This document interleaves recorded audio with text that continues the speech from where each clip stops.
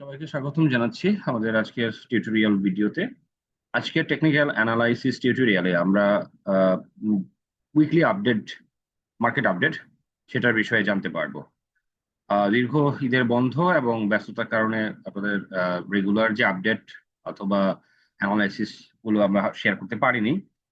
But এখন থেকে যেহেতু আবার সবকিছু নর্মাল হয়ে আসছে, আহ, ইনশাল্লাহ এখন থেকে আবার রেগুলারলি আপনারা আপনাদের উইকলি মার্কেট আপডেট গুলো দেখতে পাবেন এবং জানতে পাবেন। আজকে আমরা দেখব ডিএসএক্স ইন্ডেক্স অলরেডি একটা বুলিশ ট্রেন্ড তৈরি করেছে এবং এই বুলিশ ট্রেন্ড তৈরি করার পিছনে সাপোর্টিং কিছু ডেটা আছে, যে ডেটাগুলোর কিছু কিছু আপনারা হয়তো অনেকেই জানেন, সেগুলো এখানে আর নিয়ে আসছি না। তবে এক্সপেক্টেড কিছু নিউজ অথবা রিউমার বেসড কিছু ব্যাপার ছিল, যেটা এতদিন ধরে হয়নি বলে একটা চেঞ্জেসের কারণে মার্কেটে অনেকেই হয়তো বা ইনএক্টিভ ছিল, অথবা কোনো গ্রুপ অফ সিন্ডিকেট ইনএক্টিভ ছিল। কিন্তু সেই চেঞ্জটা আসার সাথে সাথে মার্কেট একটা অ্যাগ্রেসিভ বুল রান দেখা যাচ্ছে। তো আমরা একটু দেখব এটা কিভাবে একটা বুল রান, সেটা আমরা দেখব, এবং এই বুল রানটা পরবর্তী যে গন্তব্য সেই পর্যন্ত পৌঁছাতে পারবে কিনা, এবং সেটা পৌঁছাতে পারলে তার থেকে আরো বেশি এক্সিট করে বা ব্রেকআউট করে যেতে পারবে কিনা সেটা একটু দেখার চেষ্টা করব। প্রথমে আমরা একটু ফাইন্ড আউট করার চেষ্টা করি যে মার্কেটের বটমটা ছিল এই লেভেলে, অর্থাৎ প্রথম লোয়ার লোটা এখানেই ছিল। তো পরবর্তীতে মার্কেট যখন আবার একটু রিট্রেস করে একটা হায়ার হাই তৈরি করে, তখন মার্কেট এই জায়গাটাতে চলে আসে, অর্থাৎ এইটার কাছাকাছি আর নামে নাই। দেন এইটা মেক করে হায়ার লো, এবং এই ফরমেশনটাই কন্টিনিউ করতে থাকে। অর্থাৎ এই হায়ার লো পরবর্তীতে যে রিট্রেসমেন্ট, সেই রিট্রেসমেন্টের হায়ার লো থেকে নিচে, অর্থাৎ এইটা এবং এইটার মধ্যে ভালো একটা গ্যাপ আপনারা দেখতে পাচ্ছেন, প্রায় 80 বা 90 পয়েন্টের মতো একটা গ্যাপ আছে। তো এবং এইখানে যে প্রথম হায়ার হাইটা তৈরি হয়েছিল, এই হায়ার হাইটা 5380 পয়েন্ট, সেটা কিন্তু একটা ব্রেকআউট এই জায়গাটাতে হয়েছে এবং নতুন একটা হায়ার হাই সিচুয়েশনে আছে। এখন দেখার বিষয় যে এটা এখনো পর্যন্ত হায়ার হাই, যেহেতু এইটার উপরে আছে, এই হায়ার হাই প্রথম হায়ার হাই এর উপরে আছে, যেহেতু একটা বুল রান বা বুলিশ ট্রেন্ড ক্রিয়েট করার জন্য মিনিমাম দুইটা হায়ার হাই এবং দুইটা হায়ার লো লাগে। সেই হিসেবে আমাদের এই চার্ট, অর্থাৎ মার্কেটের যে চার্ট বা ইন্ডেক্সের চার্ট, সেটা কিন্তু সেই প্যাটার্নটা ফুলফিল করেছে।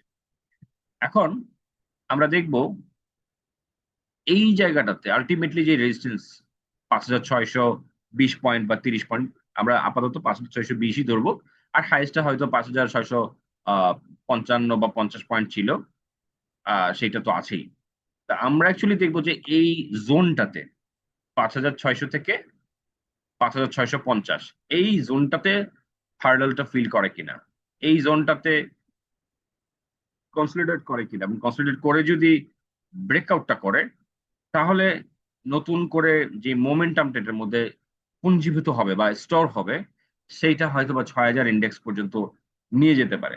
তা আপাতত আমরা দেখছি যে মার্কেট একটা হায়ার হাই ফরমেশন ক্রিয়েট করে করে আগাচ্ছে, এবং এখনো পর্যন্ত 5600 থেকে 5650 এই রেজিস্ট্যান্স জোন পর্যন্ত যাওয়াটা বাকি আছে। আমরা একটু মেজার করে দেখার চেষ্টা করব যে অ্যাকচুয়ালি কত পয়েন্ট আমাদের রেজিস্ট্যান্স জোন থেকে দূরে আছে। তো আমরা যদি গত মানে লাস্ট ওয়ার্কিং ডেতে যে ক্লোজিংটা যেটা ছিল সেখান থেকে যদি কাউন্ট করি, তাহলে মোরলেস 130 পয়েন্ট মিনিমাম বাকি আছে। আর আমরা যদি 5650টাকে সেকেন্ড আরেকটা হার্ডল ধরি, তাহলে 175 পয়েন্টের মতো এখনো বাকি আছে। তাহলে আমরা ধরে নিচ্ছি যে আরো 130 থেকে 175 পয়েন্ট পর্যন্ত মার্কেটের একটা স্পেস আছে। এই লেভেল পর্যন্ত মার্কেটের গ্রোথ হওয়াটা এখনকার যে মোমেন্টাম গেইন করেছে সেইটা অনুযায়ী খুবই ইজি ব্যাপার হয়ে দাঁড়াবে, এবং পরবর্তীতে এই ব্রেকআউটটা এই লেভেলগুলোতে হবে কি হবে না, সেটা এই জায়গাটাতে রিচ করার পরে আমরা আরো একবার চার্টগুলো দেখব, মোমেন্টাম দেখব, ভলিউমটা অ্যানালাইসিস করব, দেন সেটা আমরা বুঝতে পারবো আশা করি। তো মার্কেটের এই যে বুল রান শুরু হলো, এটা একটা শর্ট টার্মের বুল রান। এই বুল রানে অলরেডি অনেক স্টক ভালো করেছে। আমরা এখন একটু দেখার চেষ্টা করব যে কোন টাইপ অফ স্টক গুলো ভালো করেছে, এবং এই আরো 130 থেকে 175-70 পয়েন্টের যে র্যালি এখনো যে মানে হওয়ার মতো একটা স্পেস আছে, সেই স্পেসটাতে ধরে নিলাম আরো 150 পয়েন্টের প্লাস মাইনাস, সেই 150 পয়েন্টের মধ্যে কোন স্টক গুলো ভালো করতে পারে সেইটা একটু ধারণা নেওয়ার চেষ্টা করব। তো এই জন্যে আমরা চলে যাব আমাদের অ্যামি ব্রোকারে। আমরা অ্যামি ব্রোকারে একটা অ্যানালাইসিস রান করব। আপনারা দেখতে পাচ্ছেন যে আমরা অলরেডি উইকলি রিটার্নে যদি যাই এবং ফিল্টার করে দেই, আমরা যেহেতু লাস্ট ওয়ার্কিং ডে ছিল 4 তারিখ, আমরা চার্ট সিলেক্ট করে দিলাম।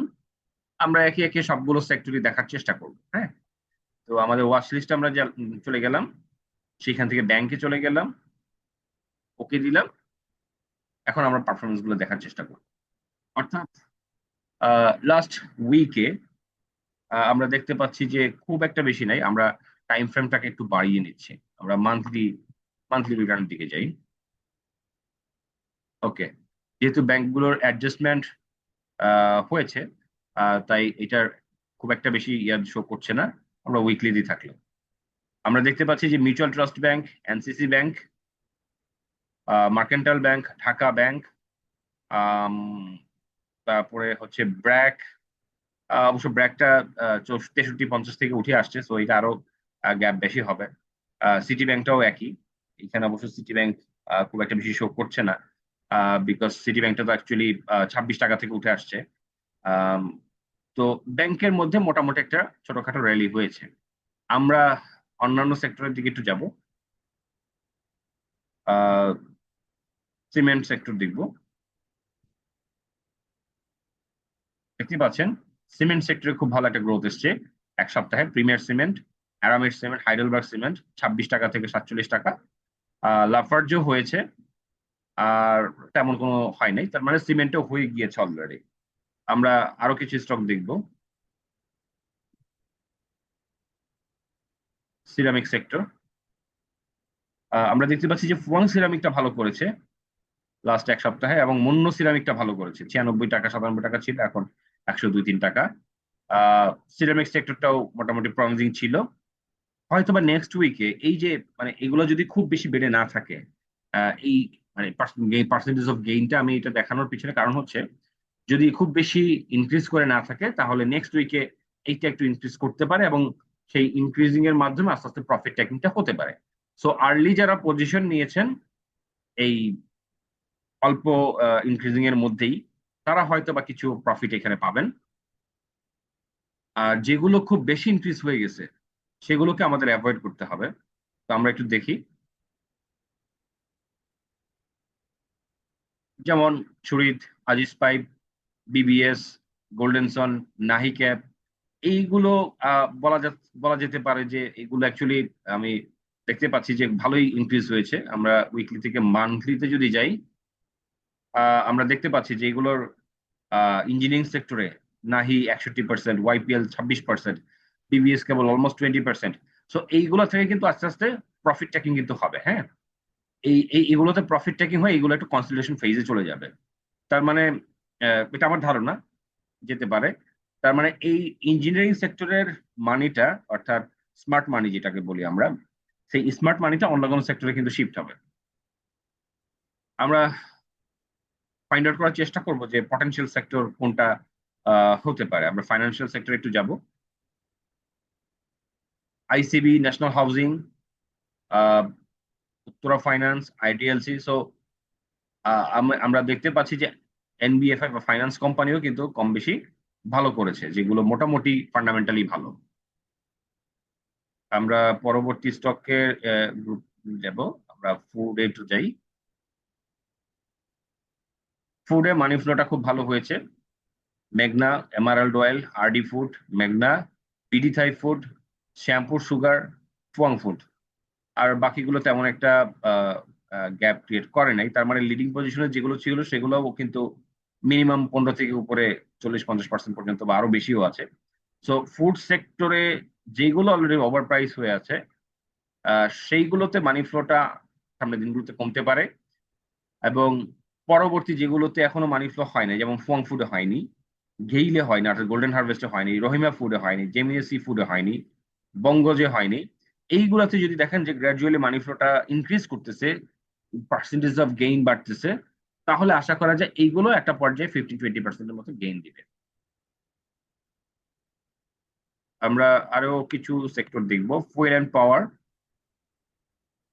যদিও একমাত্র বিপিপিএল ছাড়া এখানে উল্লেখ করার মতো কোনো ভালো স্টক ফান্ডামেন্টালি নেই। তো একমাত্র বিপিপিএল এখন একটু কারেকশন বা কনসলিডেশন, কারেকশন বলবো না, অ্যাকচুয়ালি কনসলিডেশন চলতেছে। আহ, হয়তো বা কনসলিডেশন শেষ করে এটা আবারও ফার্দার মুভ করতে পারে। তার মানে আমরা ফুয়েল অ্যান্ড পাওয়ারে হয়তো বা আগামী সপ্তাহে খুব খুব একটা বেশি আহ, মানে গ্রোথ হয়তো বা আমরা পাবো না। ইন্স্যুরেন্স গুলো হয়েছে গত 1 মাসে, তো ইন্স্যুরেন্স গুলোতেও থেকে থেকে যেহেতু হয়েছে, এগুলো দেখতে পারেন। বাট আমার কাছে মনে হয় যেহেতু 10% অ্যাবভ অনেক স্টকই হয়েছে, আমার মনে হয় না যে এগুলোতে নতুন করে র্যালি গুলা ফার্দার কন্টিনিউ করে আরো বেশি গ্যাপ ক্রিয়েট করতে পারবে। আমরা লাইফ ইন্স্যুরেন্স একটু যাব। লাইফ ইন্স্যুরেন্সের মধ্যে একমাত্র সোনালী লাইফ ছাড়া বাকি সবগুলো লাইফ ইন্স্যুরেন্স মোরলেস কাছাকাছি জায়গাতেই আছে। তো এইটা যদি মানি ফ্লো বাড়তে থাকে লাইফ ইন্স্যুরেন্সে, অবজার্ভ করতে পারেন এইখানে একটা সুযোগ ক্রিয়েট হতে পারে। আমরা আইটি সেক্টরে যাব। আমরা দেখেছি আইটি সেক্টরের সবগুলো স্টকে কম বেশি বেড়েছে। জেনেক্সিল তো গত 2 দিন ধরে ফল্টেড ছিল। তো 27 টাকা শেয়ার 34 টাকা, এটা যদি আরো লিড দেয়, নিচের দিকে যে স্টক গুলো আছে অর্থাৎ E Generation, Agni, BDCom, ITC, Intech, ADN Telecom, এই স্টক গুলোর কিন্তু আরো সুযোগ থাকবে। যেমন এডিএন টেলিকমটা হয়তো বা 70 টাকা পর্যন্ত যেতে পারে, বিডিকমটা যে হয়তো বা 32 থেকে 33 বা 35 টাকা পর্যন্ত যেতে পারে।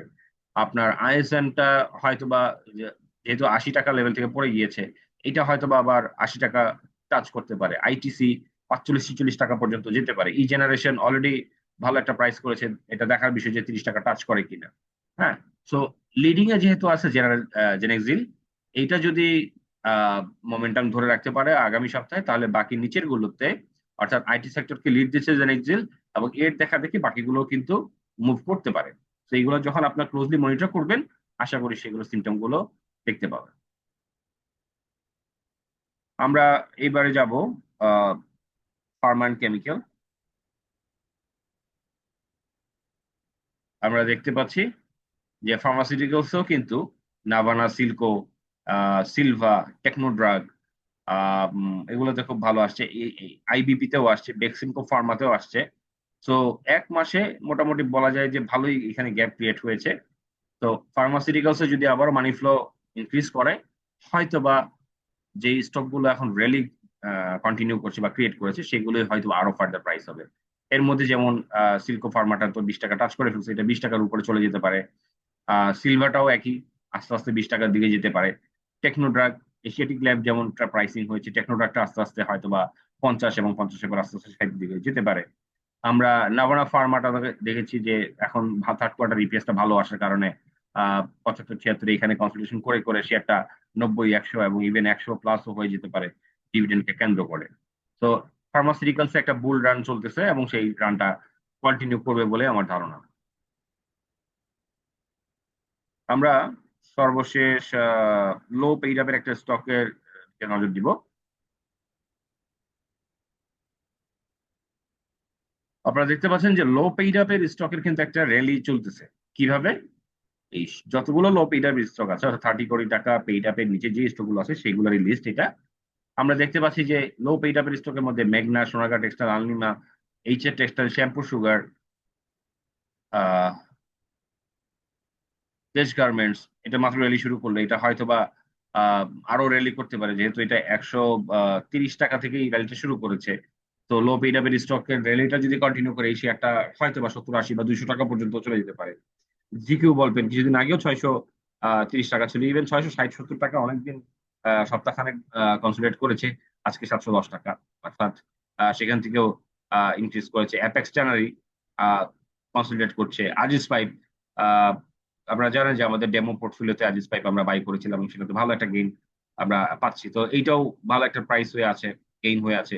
তো বাকি যেগুলো এখনো পর্যন্ত প্রাইসিং হয় নাই সেগুলোতেও কিন্তু মোরলেস মার্কেটের এই র্যালিতে এগুলো আস্তে আস্তে কিন্তু থেকে থেকে প্রাইস বৃদ্ধি পেতে পারে। তো আমরা সবগুলো স্টকই মোটামুটি দেখলাম, স্টক মানে এই সেক্টর ওয়াইজ স্টকের মুভমেন্ট গুলো দেখলাম। আমাদের কাছে যেটা মনে হয় যে এই 150 পয়েন্টের মধ্যে ফান্ডামেন্টাল স্টক যেমন থাকবে তেমনি নন ফান্ডামেন্টাল স্টক থাকবে, তেমনি জাঙ্ক আইটেম গুলো থাকবে, অর্থাৎ মেঘনা পেট, মেঘনা condense milk, Zeal Bangla sugar mill, আপনার শ্যাম্পুর সুগার, এই ধরনের জাঙ্ক আইটেম গুলো থাকবে। সাথে সাথে লার্জ ক্যাপ গুলোর খুব একটা বেশি মুভমেন্ট হয়তোবা থাকবে কিনা এটা এখনো শিওরলি বলা যাচ্ছে না, বিকজ লার্জ ক্যাপের মুভমেন্ট কন্টিনিউ করানোর জন্য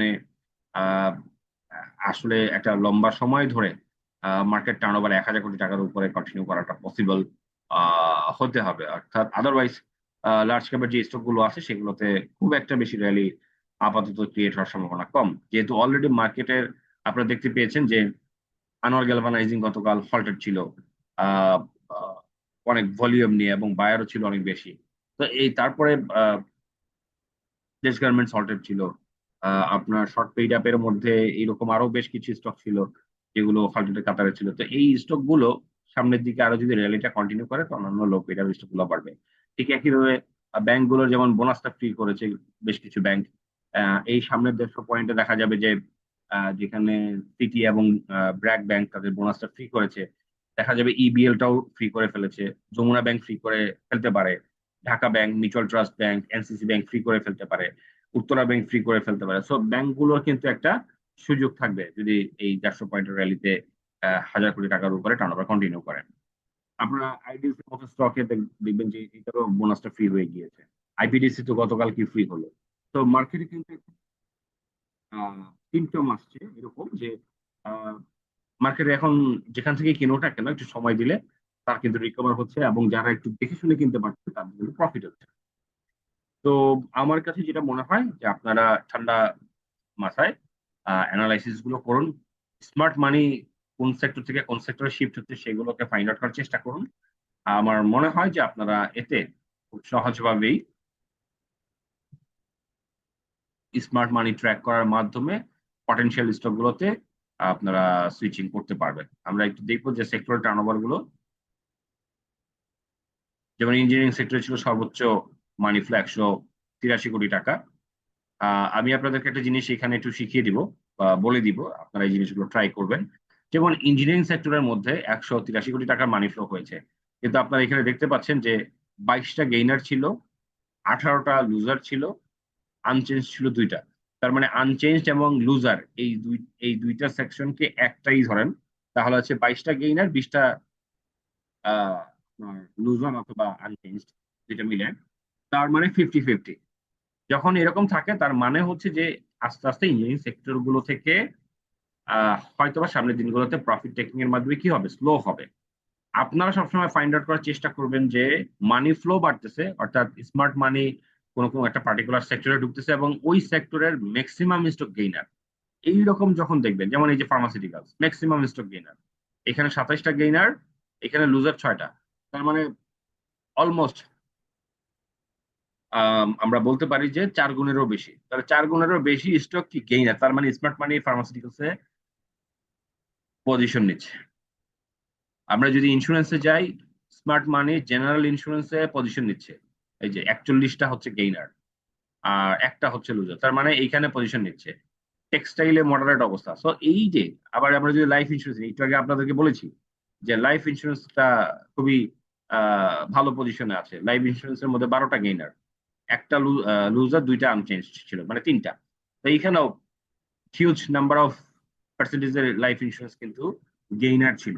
মানি ফ্লো ট্র্যাক করবেন, মানি ফ্লো যদি প্রতিদিন দেখেন যে অ্যাভারেজে বাড়তেছে এবং এইটাও মোটামুটি মডারেট অবস্থায় আছে, তাহলে ধরে নেবেন যে এই সেক্টরগুলোতে স্মার্ট মানি মুভ করতেছে এবং এই সেক্টরগুলোতে পজিশন নিলে আপনার প্রফিট মেক করার একটা সুযোগ তৈরি হবে। আর যেগুলো থেকে মানি ফ্লো বাড়তেছে বাট আপনার এই যে গেইনার সংখ্যা থেকে লুজার সংখ্যা আস্তে আস্তে বাড়তেছে, তার মানে কি সেল করতেছে, সেলের কারণে ওইখানে মানি ফ্লো বাড়তেছে, তো ওইটা নেগেটিভ। এইভাবে হচ্ছে এই সেক্টরাল টার্নওভার দিয়ে আপনি কি করবেন, স্মার্ট মানিটা ট্র্যাক করবেন। এবং এই স্মার্ট মানি যে অথেন্টিক্যালি যদি আপনি ট্র্যাক করতে পারেন, তাহলে পটেনশিয়াল সেক্টর এবং পটেনশিয়াল সেক্টর থেকে পটেনশিয়াল স্টক খুঁজে বের করতে পারবেন, এবং সেইখানে ইনভেস্ট করার মাধ্যমে আপনি কিন্তু মানি মেক করতে পারবেন। এবং এইভাবেই আমরা যারা টেকনিক্যাল অ্যানালিস্ট আছি, আমরা কিন্তু এইভাবেই ওভারঅল মার্কেটকে অবজার্ভ করতে থাকি, এবং প্রতিদিন প্রতিনিয়ত আমরা মার্কেটকে অবজার্ভ করতে করতে আমাদের সামনে একটা ধারণা চলে আসে যে মার্কেটের অ্যাকচুয়ালি গতিবিধি কোন দিকে যাচ্ছে, মুভমেন্টটা কোন দিকে যাচ্ছে। আপনিও এটা প্র্যাকটিস করেন, আশা করি আপনিও পারবেন। আর অবশ্যই ভুলে যাবেন না যে আমাদের লার্ন এন্ড আর্ন একটা কোর্স আমরা অলরেডি শুরু করেছি, লঞ্চ করেছি। আমাদের আহ, কয়েকজন ভিউয়ার সেটাতে অলরেডি অনবোর্ডিং করেছে, এবং আপনারা যারা শিখতে চান এবং আর্ন করতে চান, তাদের উদ্দেশ্যে বলবো যে আমাদের ওইখানে এমন ভাবে কোর্সটা ডিজাইন করা, যে কোর্সে আপনারা একই সঙ্গে অনেকগুলো টেকনিক্যাল টুলস এবং অ্যানালাইসিস করার পিডিএফ ফাইল পাবেন, যেটা কিনা আমরা আমাদের অ্যাডভান্স কোর্সের জন্য রেডি করেছিলাম। যেহেতু ওইটা এখন আমরা টিউটোরিয়াল আকারে তৈরি করতে পারিনি, তাই ওইটার পিডিএফ ফাইলটা শুধু আপনাদেরকে শেয়ার করব। এবং আপনার কাছে সেই পিডিএফ ফাইল থাকবে, আপনার একটা চেক লিস্ট থাকবে, আমরা আপনাকে চার্ট শেয়ার করে দিব। ফর লাইক আমরা আমাদের ওই গ্রুপটাতে আমরা বঙ্গজ, তারপরে হচ্ছে সিভিও, তারপরে মাগুরা প্লেক্স, এই তিনটা স্টকের চার্ট শেয়ার করেছিলাম। তো আমরা একটু বঙ্গজ, সিভিও এবং মাগুরা প্লেক্স এই চার্টগুলো একটু দেখে আসবো। আমরা দেখিয়েছিলাম যে এই জায়গাটাতে মেকডি ক্রসওভার হতে যাচ্ছে।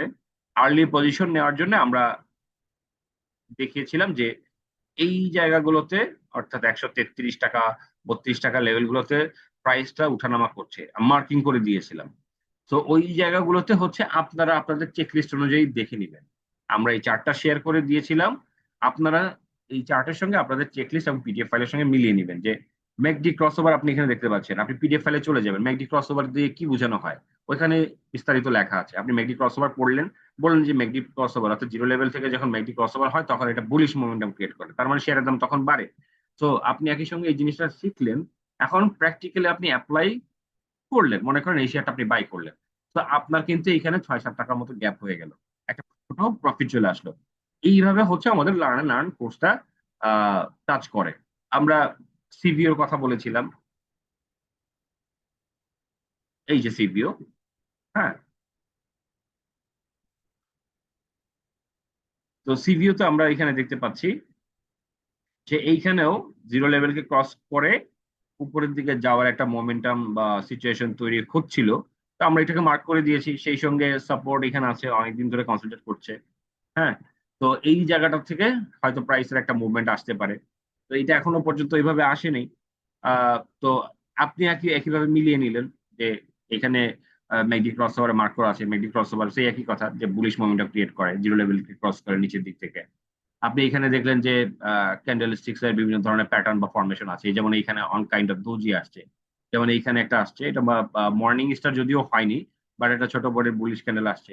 এখন এইটা এখান থেকে প্রাইস বাড়বে কিভাবে, যে প্রথমে নেগেটিভ ক্যান্ডেল, তারপর একটা দোজি, দেন এখানে একটা ছোট বডির ক্যান্ডেল আসছে। এই ধরনের ফরমেশন যখন থাকে, তো নর্মালি দেখা যায় যে প্রাইস এখান থেকে কিছুটা হলেও বাড়ে। এবং সেইটার কনফার্মেশনটা পাওয়া যায় কিভাবে, ভলিউমটা। আমরা ভলিউমটা নিয়ে আসলাম, যদি এখানে ভলিউম ইনক্রিজ করে তাহলে ঠিক আছে। যেমন অ্যাভারেজ ভলিউম হলো আপনার 2,99,000, আর মার্কেট ভলিউম ছিল 3,70,000। তার মানে ভলিউম কিন্তু বেড়েছে, ইনক্রিজ। এই যে ভলিউম বেড়ে, এখানে আমাদের যে চেকলিস্টে যা দেখবেন ভলিউম অ্যানালাইসিসের মধ্যে বলা আছে যে ভলিউম যদি ডে বাই ডে বাড়ে, আপনার অ্যাভারেজ ভলিউম থেকে যদি কারেন্ট ভলিউম বেশি হয় এবং এটা যদি কন্টিনিউ করতে থাকে, তাহলে এখানে কিন্তু প্রাইস বাড়ার সম্ভাবনা বেশি। তো পিডিএফ ফাইলে পড়লেন, চেকলিস্ট দেখলেন, আপনি এখানে মিলালেন, আশা করা যায় আপনি তখন একটা আস্থা পাবেন, বা আপনার তখন একটা অ্যাজাম্পশন দাঁড়াবে যে আপনি এই স্টকটাকে বাই করবেন কি করবেন না। আমরা মাগুরা প্লেক্সের কথা বলেছিলাম, আমাদের লার্ন অ্যান্ড আর্ন গ্রুপে আমরা শেয়ার করেছিলাম। তো এইটাও same pattern, McD cross over এখানে হয়েছিল, আমরা এখানে মার্ক করে দিয়েছি যে এখানে কনসিডার করছে প্রাইসটা। তখন 82-83 এই লেভেলে প্রাইসটা ফ্লাকচুয়েট করছিল। তো 82-83 লেভেলে করছে, আপনি একই জিনিস ওই যে একইভাবে চেক লিস্টের সঙ্গে শেয়ার করলেন, মানে চেক করলেন, পিডিএফ ফাইলগুলো পড়লেন, কি বলে এটাকে বুঝলেন, এবং পজিশন নিলেন। সো 83 টাকার মধ্যে যদি আপনি পজিশন নিয়ে থাকেন, এখন প্রাইস হচ্ছে 87 টাকা 20 পয়সা, 4 টাকার মতো প্রফিট আছে। তো আপনি এখানে কোনো কারণে 1000 শেয়ারও যদি কিনেন, আপনার অলরেডি 4000 টাকা লাভ আছে। এবং এর রেজিস্ট্যান্স আছে, যেমন আমরা এখানে দেখতেই পাচ্ছি যে রেজিস্ট্যান্স প্রথমটা হচ্ছে 90 টাকা এবং পরবর্তী রেজিস্ট্যান্স আছে 94 টাকা ধরেন। তো এই 90 টাকা পর্যন্ত যদি যায়, তাহলে 7 টাকার মতো লাভ। যদি এটা ব্রেক করে 94 টাকা যায় পরবর্তী রেজিস্ট্যান্স, তাহলে আরো 3 টাকা বাড়বে, 10 টাকার মতো বাড়বে। তো 10 টাকা বাড়লে 1000 শেয়ারে তো আমার এখানে 10,000 টাকা লাভ। আপনার আহ এইভাবে যদি আপনি কিছু সাকসেসফুল ট্রেড করতে পারেন শিখে শিখে, এবং এই যে আজকে যে জিনিসগুলো শিখলেন সেগুলো পরবর্তীতে অন্য কোনো স্টকের বেলায় যদি অ্যাপ্লাই করেন এবং সেম রেজাল্ট বা একই ফলাফল পান, তাহলে আপনার আস্তে আস্তে কনফিডেন্স গ্রো করবে। আপনি আস্তে আস্তে চার্ট অ্যানালাইসিস করা শিখবেন এবং একটা পর্যায়ে যে আপনি ইন্ডিপেন্ডেন্টলি এই জিনিসগুলো রপ্ত করে শিখে বিশ্লেষণ করে আপনি ইনভেস্ট করে প্রফিট মেক করতে পারবেন এবং একটা গ্রো স্লোলি বাট স্টিডলি আপনার প্রফিট মেক করতে থাকবেন। হ্যাঁ, আমাদের লার্ন এন্ড আর্ন কোর্সের ডিজাইনটা এইভাবেই তৈরি করা হয়েছে যাতে করে আপনার একটু হেল্প হয়। আপনি এটা শিখতে থাকেন, শিখতে শিখতে আপনার যদি কিছু প্রফিট মেকিং হয়, সেখানে আপনার আরো জানার আগ্রহ তৈরি হবে, আপনার কাছে আরো জানতে ভালো লাগবে, এইটার ব্যাপারে আপনার আরো সময় দিতে ইচ্ছে হবে। এবং আলটিমেটলি আপনি নিজেকে যখন শিক্ষিত করবেন, আপনি এখান থেকে বেস্ট রেজাল্টটা নিয়ে আসতে পারবেন। যাই হোক, আমরা আমাদের উইকলি মার্কেট আপডেটটা আজকে এখানেই শেষ করছি। ভালো থাকবেন সবাই, আবার কথা হবে আমাদের অন্য কোনো ভিডিওতে।